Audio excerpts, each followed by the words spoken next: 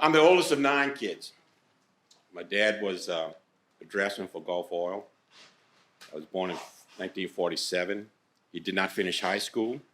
He did finish the Marine Corps in World War II. My mother finished high school, and in her high school senior book, it said, "Stick 'em out, Dee Dee, the boys are looking." That was my parents. They were a Catholic and oversexed and practiced rhythm. 9 kids.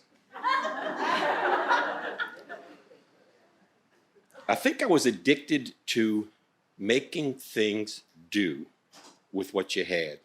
My dad was one of those kind of guys. And you sort of get addicted to poverty at the same time. And it wasn't until 40 years after my birth, I started studying metaphysics and physics. My first degree is mechanical engineering. I was a New Age workshop junkie and started really studying this stuff about metaphysics and the stuff that you attract to yourself, laws of magnetism and attraction. I went on a 5-day shaman quest. Young man David was the shaman. We went over to a place called Four Winds across the lake. Some of you might know that place.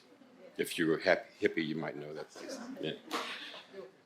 And we were doing a shaman quest. And the idea was for us to come up with, in 5 days, an exploration of ourselves, who we were, what we were all about, do a fire walk on the 4th day, and then on the 5th day, we were to discover our mission statement. What was our purpose?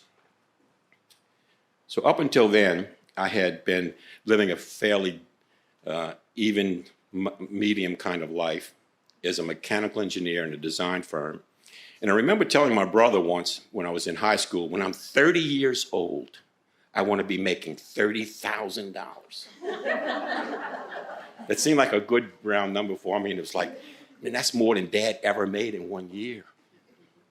Well, when I was 30 years old, I made $31,000. And I can remember my brother coming to me and saying, what would you have done? What if you said you wanted to make 40? Would you have done?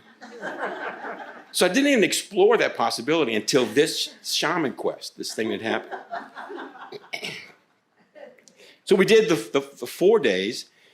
The night of the 4th day, we're putting the hot coals out, and we're going to walk on hot, burning coals. And there's this thing that comes over your head, you know, and into your body, into your mind. It's a fear. And I was the guy that was going to help them put the coals in the big, you know, in the strip, and about 20 feet long.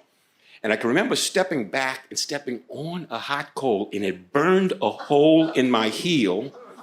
And I went, this is not going to work. It really burns.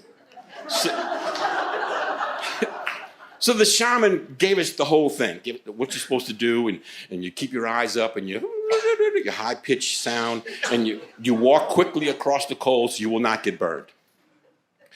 So I did that. And you get to the end, and there's a puddle of water. You stand in, your feet are immediately cooled off.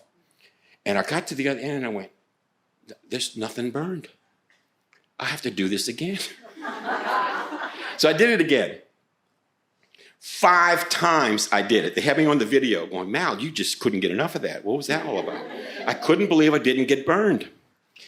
The next morning, we wake up, 6 o'clock in the morning, we're given a gallon of water, and we're given a bunch of paper and a pencil, and it says, go out into the woods, north of the Lake Pontchartrain, and come back. Don't come back until you have your mission statement. So I'd gone through 4 days. I knew that the coals could burn my feet, and 5 times they did not. I'm going to come up with the best mission statement in the world. I'm going to go into that room when this is all over. See, ego was still going on. I'm going to go into that room, and everybody's going to say, oh, wow, Mel, that's a great mission statement. Mosquitoes, August, South Louisiana. We had off, skin so soft, deep, all of that sprayed on you. I went out into the woods. I sat back against a big old tree. Boy, I started writing stuff, writing. About 4 hours later, paper is strewn all over the place. I do not have a mission statement. And for some reason, I started crying. It's not working. What's going on? And a little voice that I will remember to this day says to me, "Are you ready?" I thought, well, never more than now. And the voice said, "I live to serve. I serve to live." I wrote it down. It wasn't the best mission statement I thought I could come up with, but it was the one I was going to use. I live to serve. I serve to live. And when I got back to the lodge and everybody was giving their mission statements and I gave mine, there was a silence in the room, and there was something very profound for me, because from that moment on, my relationship to money changed. And I heard the expression, "Money is the root of all evils." I discovered the real statement is, the love of money is the root of all evils.